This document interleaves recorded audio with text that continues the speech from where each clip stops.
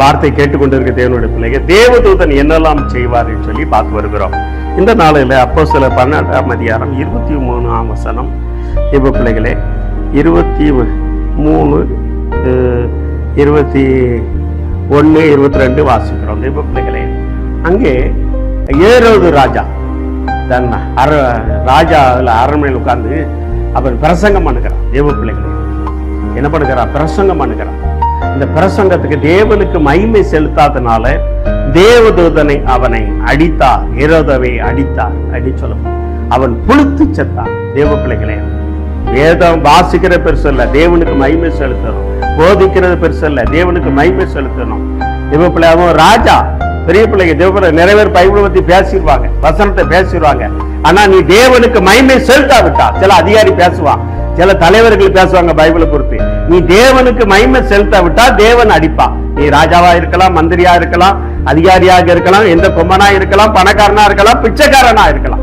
நீ தேவனுடைய வார்த்தை நீ பேசினால் தேவனுக்கு மகிமை செலுத்த வேண்டும், தேவனுக்கு நன்றி செலுத்த வேண்டும், தேவ சமூகத்துல உன்னை தாழ்த்த வேண்டும். தேவ பிள்ளைகளே, இல்ல நான் தேவதூதன் வந்து அடித்து விடுவான். தேவ பிள்ளைகளே, இது நான் சொல்லல, இந்த வேத வசனம் சொல்லுகிறது. தேவ பிள்ளைகளே, இது 2000 ஆண்டுகளுக்கு முன்னாடி நடந்த காரியம். அங்கே தேவதூதன் வந்து தேவனுக்கு மகிமை செலுத்தாது. இது தேவ வசனம் அல்ல, ஜனங்கள்லாம் சொல்லுங்க இது தேவ பிரசங்கள் அல்லவா என்று சொன்னார்கள். ஆனா இவன் தேவனுக்கு மகிமை செலுத்தல. தேவ பிள்ளை, அதனாலே அங்கே தேவதூதன் வந்து அவனை அடித்தான், புழுத்து செத்தான். நிறைய பேர் புழுத்து சாவதுக்கு காரணம் தான்.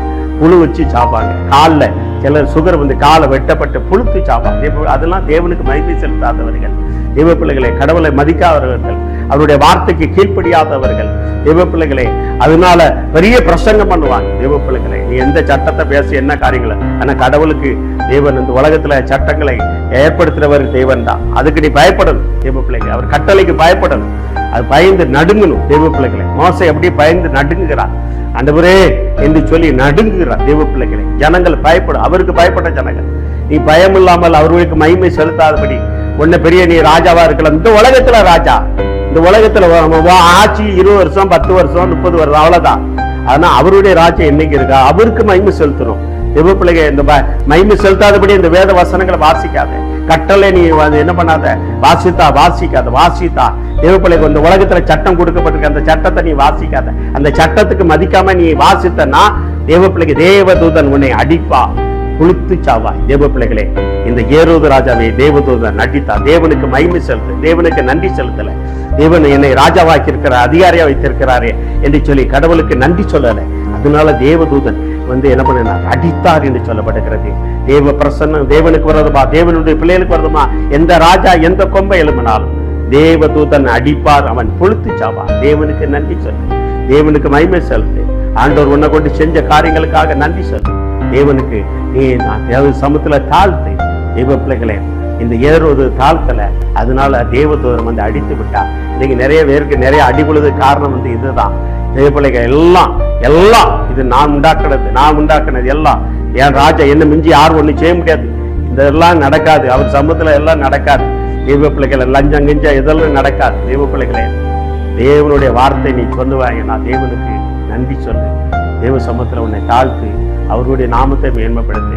உன்னை மேன்மைப்படுத்தாத, நீ ஒன்னு மேன்மைப்படுத்தாத, ஒன்னு மேன்மைப்படுத்தி பேசாத.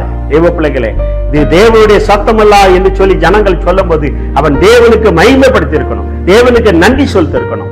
ஆனா ஏரோது அதை செய்யவில்லை. அதனால தேவதூதன் இறங்கி அவனை அடித்தான், அவன் புழுத்து செத்தான்னு சொல்லப்படுகிறது. சில வேலையில நமக்கு அடி விடும். தேவ பிள்ளைகளை, ஆவிக்கிற வாழ்க்கையில எழும்பும் போது தேவ பிள்ளைகளை அவருக்கு மகிமை செலுத்தாதனால, நன்றி செலுத்ததுனால, கொஞ்சம் கிருபை கிடைச்ச உடனே நன்றி சொல்லாதபடி தேவ பிள்ளைகளை கீழுக்கு மேலையும் சொல்லும் போது சில அடி விழும். தேவ பிள்ளைகளை, அந்த அடியில நீ திருந்து, தேவ பிள்ளைகளை, ஆண்டவர் இறக்கமுள்ள தேவன் தான். அந்த அடியில திரும்பும் பொழுது இன்னும் நீ ஆவிக்கிற வாழ்க்கையில வளருவாய், கிருபையில வளருவாய், தேசத்துல நீ வளருவாய். தேவ உனக்கு ப்ரமோஷன் கிடைக்கும், எல்லாம் கிடைக்கும். தேவ பிள்ளைகள், கர்த்தர் உன்னை உயர்த்துவா. கண்களை மூடி ஜெபம் செய்வோமா? நல்ல ஆண்டவரே சோத்திரம். ஏறுவதை போல உமக்கு மகிமை செலுத்தாதபடி, அப்பா உம்முடைய நாமத்தை மேன்மைப்படுத்தாதபடி, அப்பா நாங்கள் வேதத்தை வாசிக்கிறது மட்டும் இல்ல ஆண்டவரே, எங்களை பெருமையாக நாங்கள் எண்ணிக்கொள்ளாதபடி, எந்த அதிகாரங்கள் கூட அந்த அதிகாரத்தில் இருந்தாலும் நாங்கள் உமக்கு எல்லாமே அதிகாரம் உமக்கு கீழ்பட்டதப்பா, உமக்கு அடிமையா இருக்கிறது. நாங்கள் உமக்கே அடிமையை சொல்லி வாழும்போது தேவபிள்ளை, ஆண்டவரே நீர் இறக்கமாட்டீரப்பா. இந்த ஏரோது அப்படி செய்யல, தன்னை பெருமைப்படுத்திக் கொண்டு பேசினா. ஆண்டவரே உம்முடைய பிரசங்கத்தை பண்ணினா, அதுவா இது கர்த்தருடைய பிரசங்கள் அல்லவா என்று சொல்லி ஜனங்கள் சொல்லும்போது அப்பா தன்னை தாழ்த்தவில்லை. அதனால தேவதூதன் வந்து அவனை அடித்தான் என்று சொல்லப்பட்டிருக்கிறது. அப்பா அப்பேற்பட்ட அடிக்கு நாங்கள் எங்களை விலைக்கு காத்துக் கொள்ளுங்கப்பா. நாசமோ சாபத்துக்கெல்லாம் விலைக்கு காத்துங்க. நாங்கள் உமக்கே அடிமை ஆண்டவரே, உம்முடைய வார்த்தைக்கே நாங்கள் கீழ்ப்படுகிறோம். எல்லா துதி கன மைமலமக்கே செலுத்துகிறோம். இயேசுவின் நாமத்துக்கே மகிமை உண்டாவதாக. ஆமென், ஆமென், ஆமென். God bless you. தேவதூதன் எப்படியெல்லாம் செய்தான் சொல்லி பார்த்தோம். கர்த்தர் பெரிய காரியம் செய்வா. இந்த வார்த்தை கொண்ட பேசின வார்த்தைக்காக ஆண்டவரை சோத்தரிக்கிறேன், தலைவணங்குகிறேன். அவருடைய நாமமே மகிமைப்படுவதாக. ஆமென், ஆமென், ஆமென்.